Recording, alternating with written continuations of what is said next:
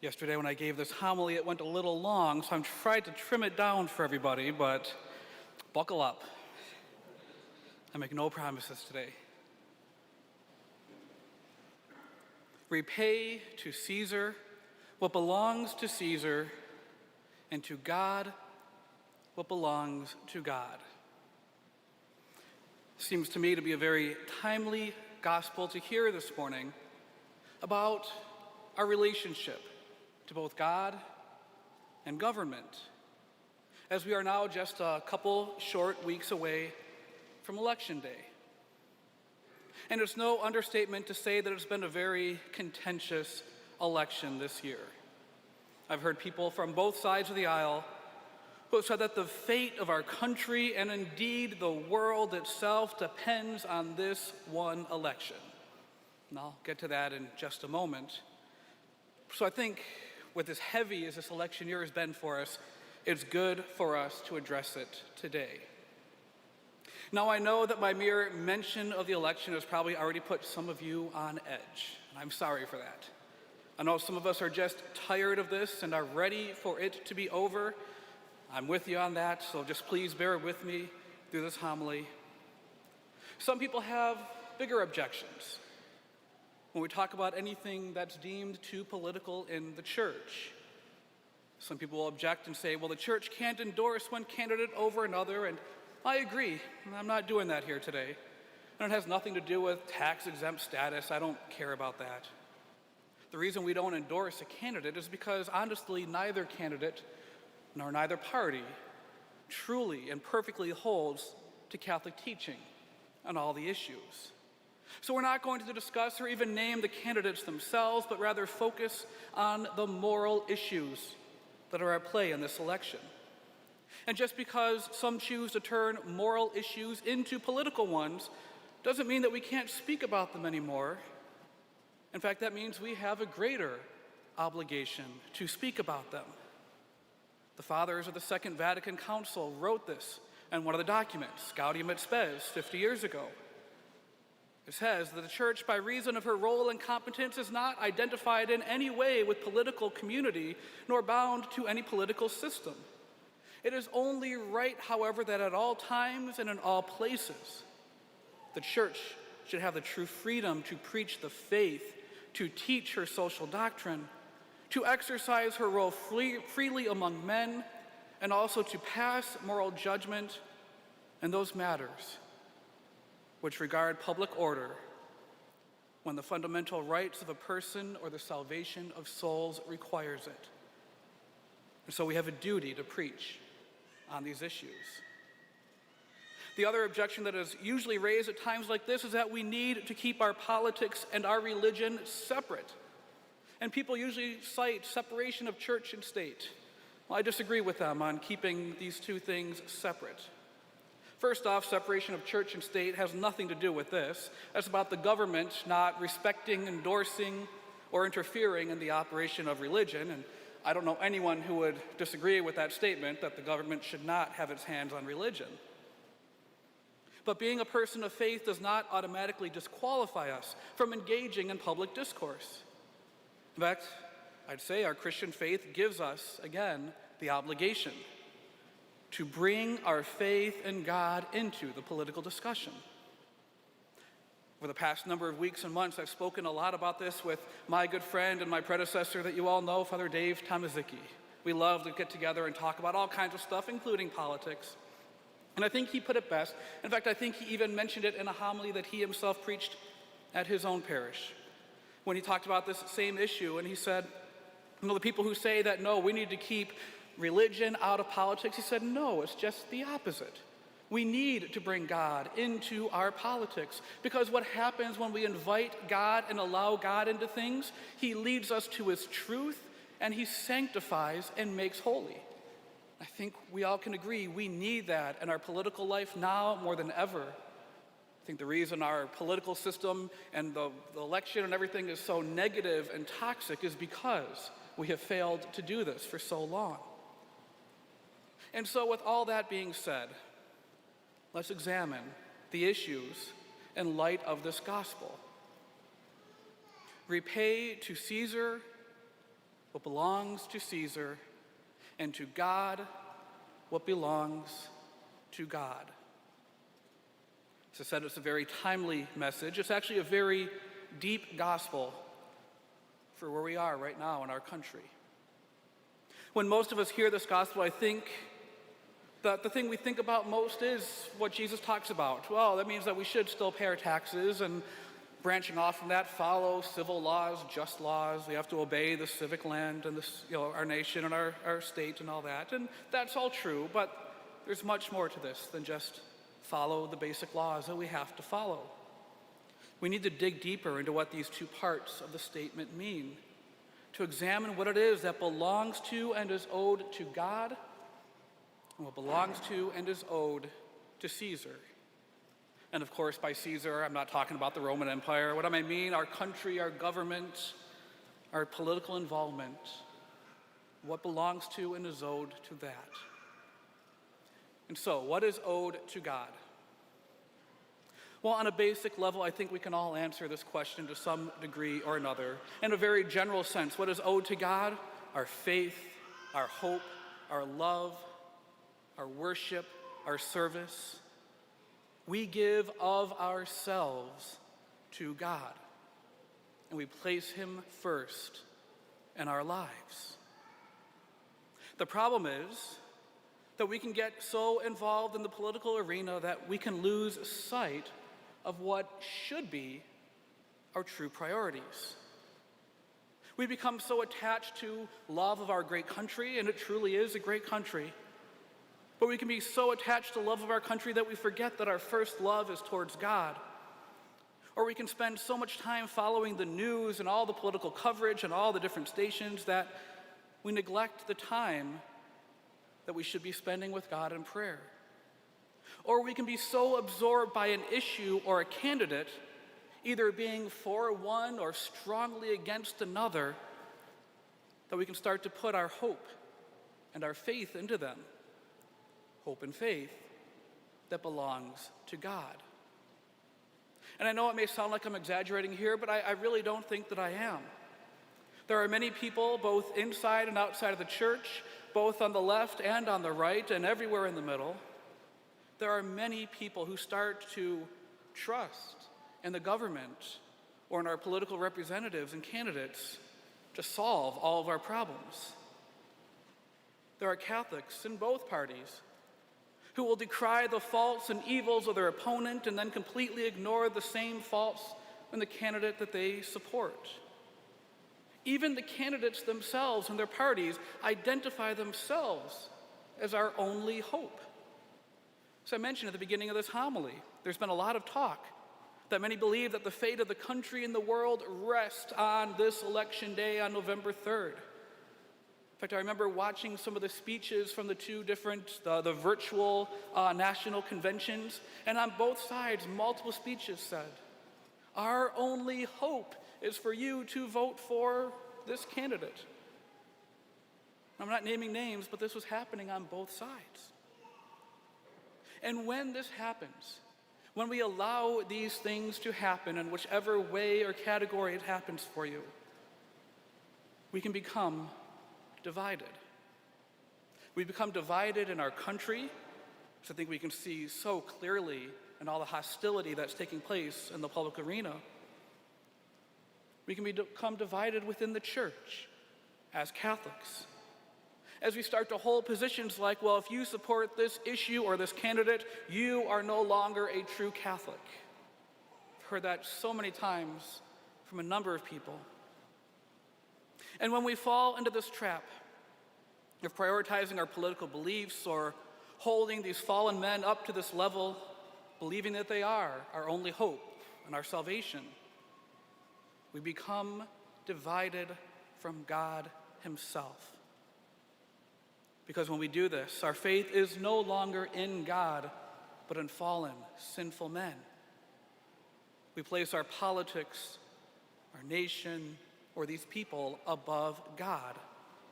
We can turn it all into an idol and to our new God. So we are no longer giving to God what belongs to God.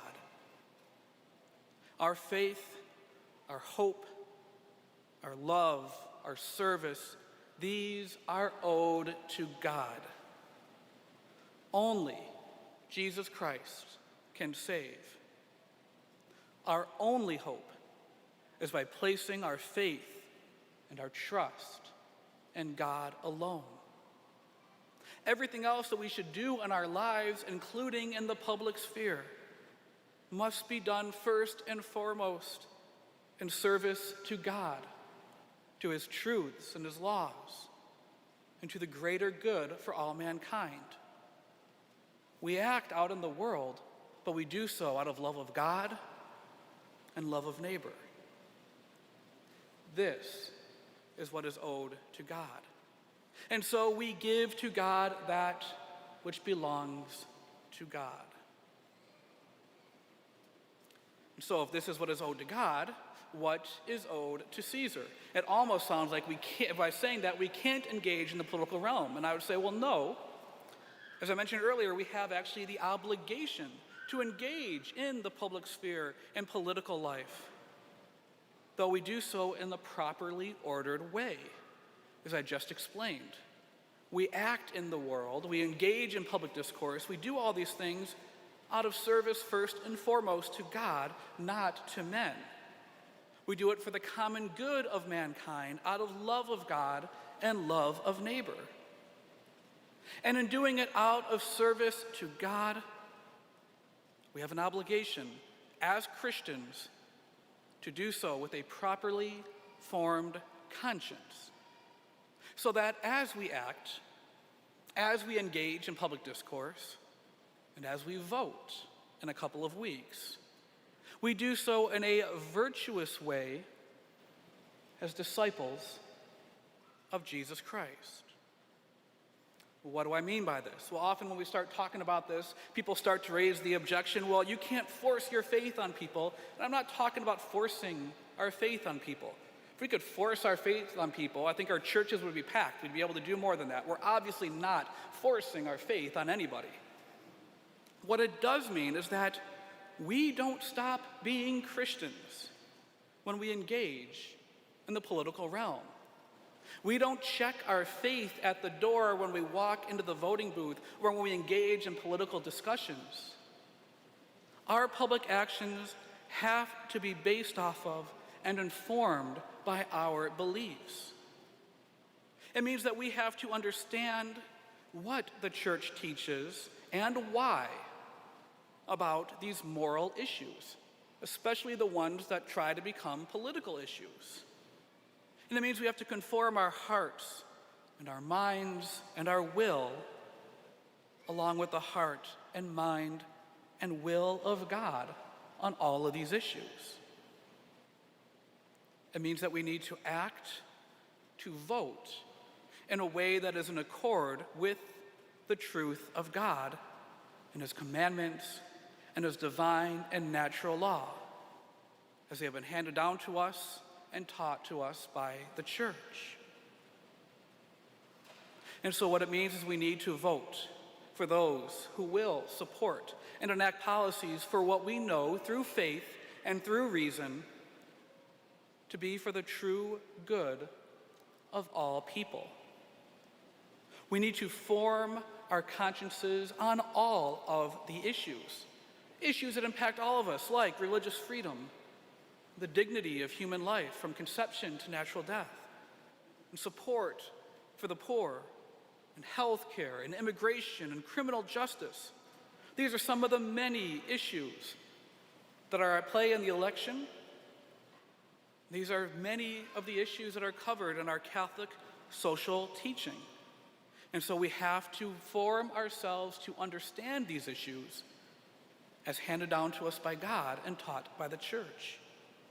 We need to be properly formed and informed on all of this.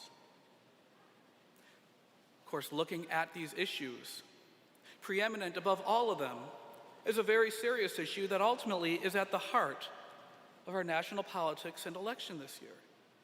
And that is the right to life. And the great tragedy, the great evil that is legalized abortion. Despite all these other issues and everything else that is being discussed, this really is the key issue of this election.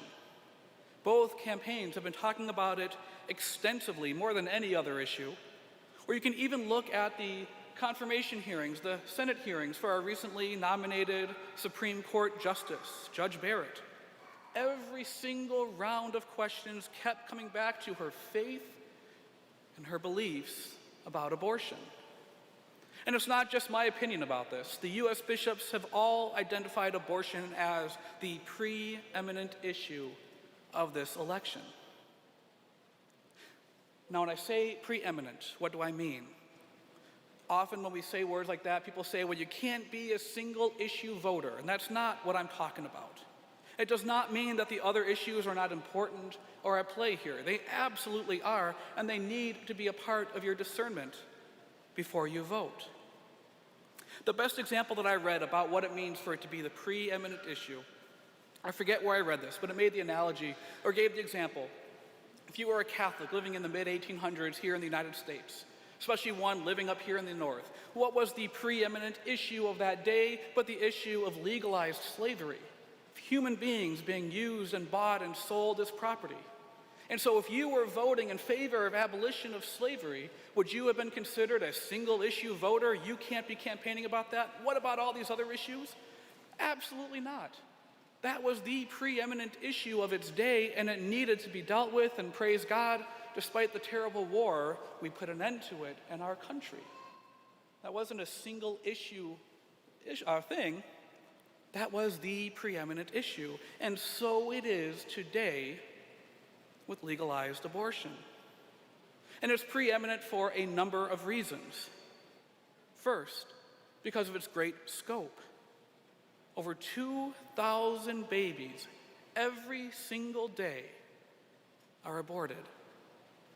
Since Roe v. Wade passed through the Supreme Court in 1973, over 60 million Americans, babies in the womb, helpless and defenseless, have lost their lives. When we compare that to other things, right now everyone's throwing around the number of COVID deaths in the United States, over 200,000. 200,000. That's a few months of abortions.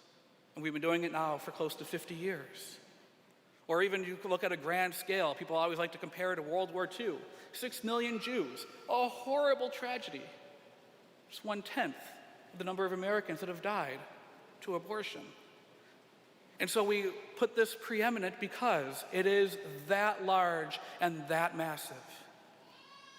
Second reason it's preeminent is because unlike the other issues, there is no compromise for us.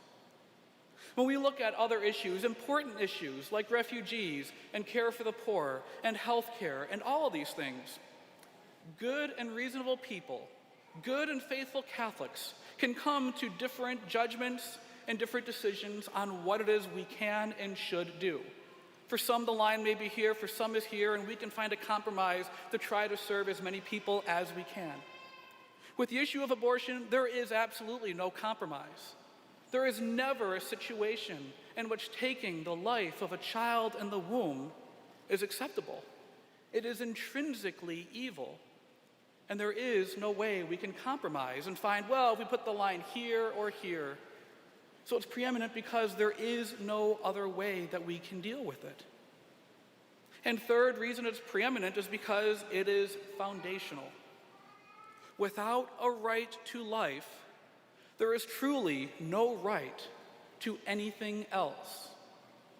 If there is no right for a human being to live and to be born, then everything else we talk about, care for the poor, and health care, and refugees, there's no reason to do anything with that, and there's no right for anyone to receive those.